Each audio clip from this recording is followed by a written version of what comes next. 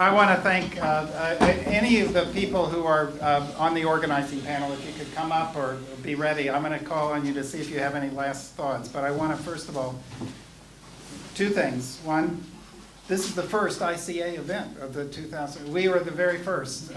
We started the ICA 2013 conference in London, which is the biggest they've ever had and everything. So we kicked off this successful event, and thank you for making that possible.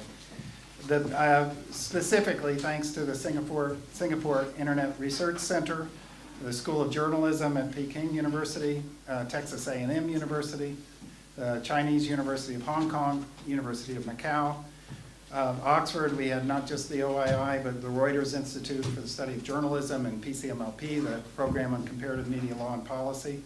We had the Annenberg School at USC, and where I still am as an emeritus professor. The Center for Global Communication Studies at the Annenberg School at the University of Pennsylvania, the Drake University Law School, the Global Communication Research Institute at Shanghai Jiantong University, and that's just an incredible group of partners to have, and we're really proud to have this association with everyone. And anyway, it was not easy putting together that group, but it was very collegial and fun doing it. And then we also have, I want to thank the sponsors, Taylor and Francis Routledge, that published a couple of the journals that we've been talking about, for helping to sponsor the dinner, to make it affordable for us.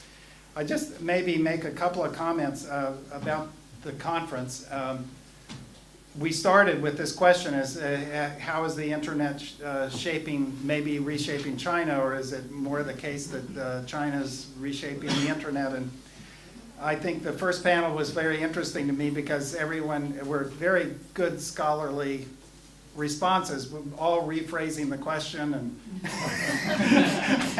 that's not the right question, and this is the better question. I felt very much at home with that, and but all, I think, genuinely reaffirming that is an important question, because we didn't get any answers yet. I don't think we got the answers, but we did have some good suggestions about, the extent is how are these effects. How is China reshaping the internet, and to what degree, and how is China, the internet reshaping China, and to what degree?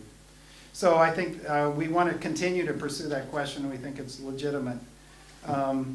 It was also, heartening to me being here to see, I've been in groups of Western scholars going to China or other countries, and it's great to see so many people that are studying China or from China here talking to us. And it's, just really heartwarming, because it's like, that's new. I don't think I've seen this many scholars of China talking about the internet in one place outside of China. And so that's really a positive move. We're learning more about China because of that, and the new internet world. And it was also interesting to me to see how methodology has become a boundary-spanning object for all of us. To see the students and faculty in all the countries here being able to converse over the same methods, downloading Twitter feeds or doing survey research or content analysis. It's a language that can connect us in terms of the methodological questions that we have, and that was good. So we've had really valuable conversations across these cultural boundaries, and I hope a number of the papers really brought that out, that this value, I think it's maybe sometimes a criticism of Western academics that we have a particular perspective, whether it's an Anglophone or a Western view of democracy and so forth. But it actually raises the criticism and bringing in alternative cultural perspectives improves all of our research, because we often all get caught up as fish in water. So that until you get out of the water, and that's why comparative analysis is so valuable.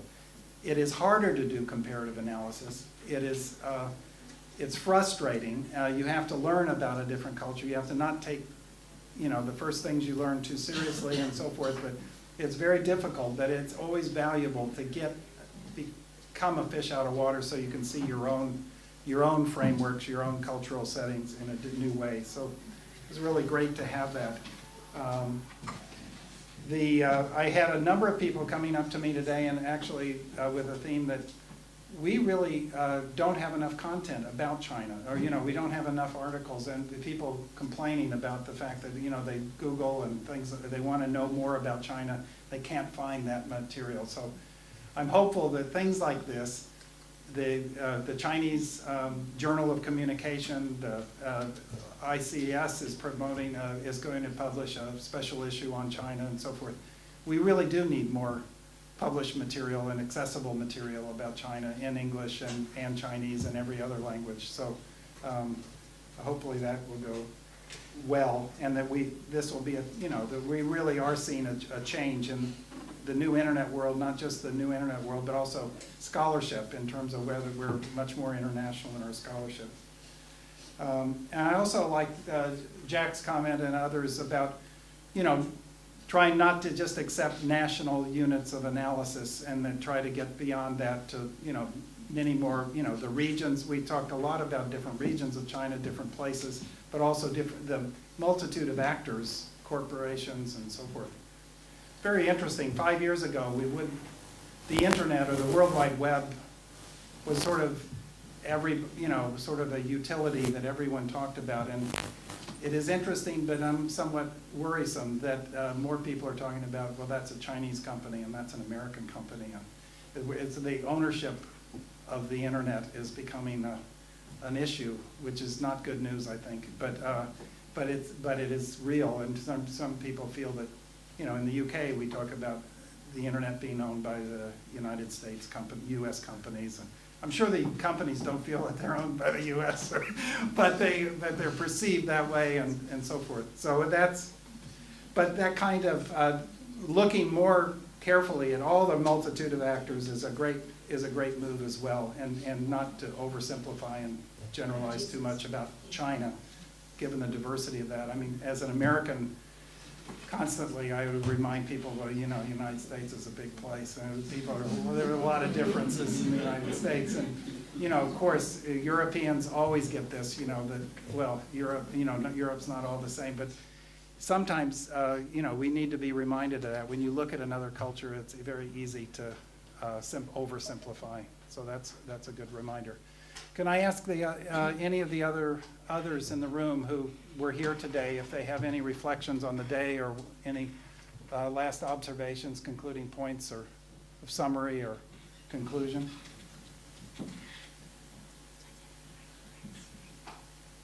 I said we were going to finish at 5:30, but it's still only 5:25. So. If I may, Bill, yes. I just say it's been a great day, and I found it extremely interesting and came to learn a lot from Chinese people. And you're right, it's fantastic to see so many people talking about China. It's a pleasant thing. And really good quality stuff, good comparative stuff as well, and some indications I think where they could be comparative, things that could be developed. And obviously in terms of ICS, very much welcome contributions. Look out for the special issue which will be coming out at the end of this year online, and maybe beginning of next year published.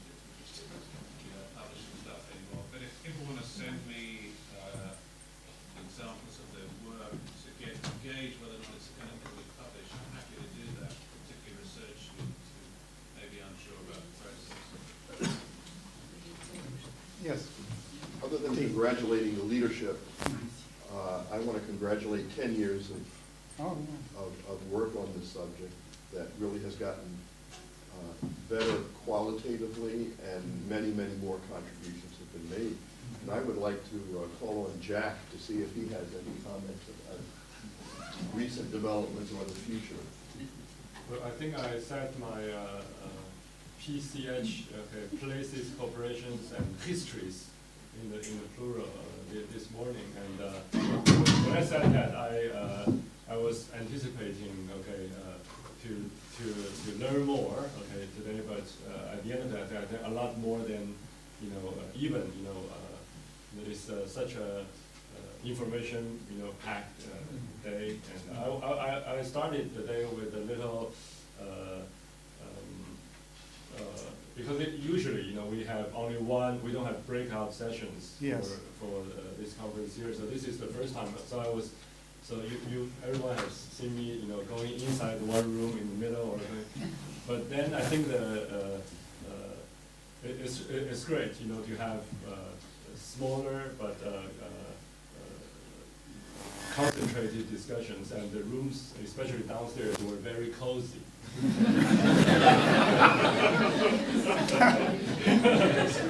Trying to get through the censorship.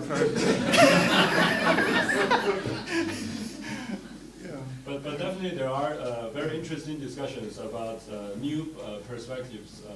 Like Ernie earlier today we were talking about, we can do more, in the future, okay, to let people collaborate together. Okay, we had a very interesting discussion from our China-African, studies. Okay, that can be built on into something, okay, comparative in a global scale, and that's there are several, of similar. I'm only mentioning one of these.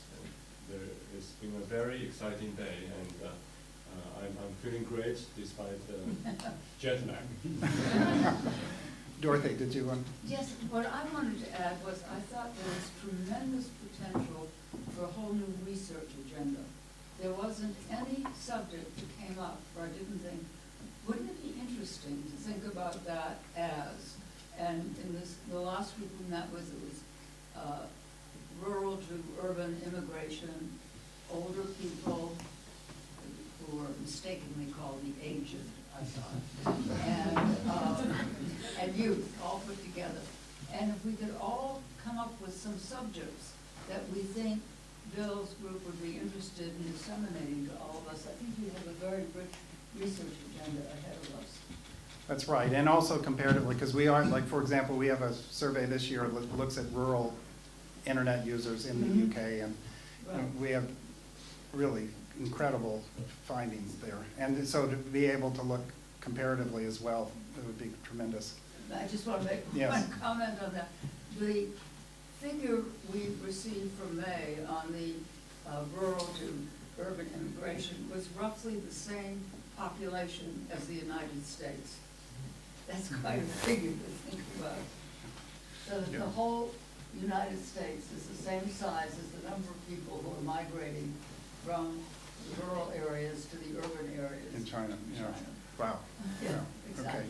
We've all heard some startling statistics today, but, okay. Well, I promised we would end at 5:30, and so I would, apropos to Jack's comment, and for the 10 years of the Chinese Internet Research Conference, guess what is tomorrow? There's another event tomorrow, which is the follow-up to the ICA pre-conference, which are the same usual suspects. All the sponsors and partners in the pre-conference are also partners in our event tomorrow, which is the Chinese Internet Research Conference, and that will be the 11th, actually, of your CERC 11. And that starts at here, same place, at 9. Can somebody remind me? Same time? 9:30? Okay. Everybody. Okay. You're supposed to know, Bill. Okay. But right. But I think it's 9:30 here. Yeah, 9:30. Okay. And tonight, just to make sure. It's 5:30, you've got time to relax, take a walk, enjoy the town, and then at 6:30 at Balliol, you can go to the Balliol Buttery, which is in the garden, and it's a cash bar, but you can have a drink or meet people there or relax. And then dinner will start at 7:15. That means they have a gong and people go into dinner right at 7:15, so you need to be there before. Or, we'll eat your lunch kind of thing. Okay? So, and there's no special dress.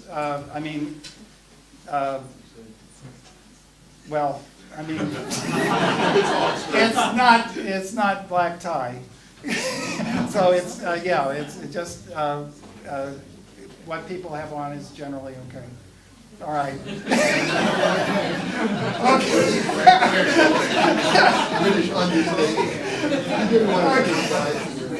Okay, see you at Balliol if you're on the dinner.